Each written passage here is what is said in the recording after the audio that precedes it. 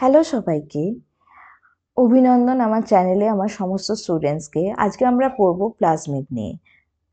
তো আজকে আমরা শিখব what is a plasmid. Plasmid কি? তো সর্বপ্রথম আমরা শুনেছি এই শব্দটা আমরা সেল পড়তে গিয়ে বা পরবর্তীকালে মাইক্রোবায়োলজিতে বা আমাদের বায়োলজিক্যাল সাবজেক্টসে। তো এখানে লেখা আছে এক্সট্রা ক্রোমোজোমাল ডিএনএ। তো আজকে আমরা বুঝবো এক্সট্রা ক্রোমোজোমাল ডিএনএ কি। তো যদি এটা একটা ব্যাকটেরিয়াল সেল হয়, সেলের মধ্যে সেলের নিজস্ব একটা ডাবল স্ট্র্যান্ডেড সার্কুলার ডিএনএ থাকে, যেটা সেলের নিজস্ব, যেটা সেলের বিভিন্ন কাজকর্মের জন্য প্রয়োজনীয়, সেলকে বাঁচিয়ে রাখার জন্য প্রয়োজনীয়। তার সাথে যদি কিছু ছোট ছোট এরকম ডিএনএ থাকে যেগুলো সাইজে ছোট, অনেকগুলি সংখ্যায় পাওয়া যায়, আর নিজেরা নিজেদেরকে সেলফ রেপ্লিকেট করতে পারে। রেপ্লিকেটের অর্থ কি?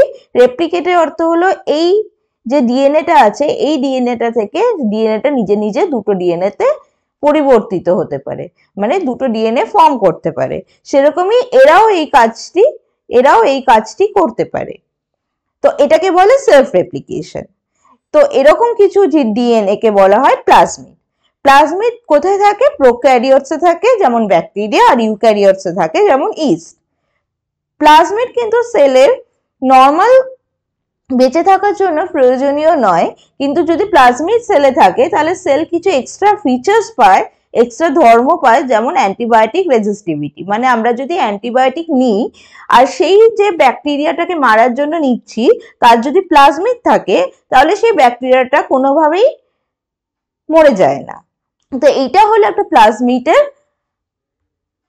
সাহায্য আমাদের সেলের জন্য, ব্যাকটেরিয়াল সেলের জন্য বা ইস্ট সেলের জন্য।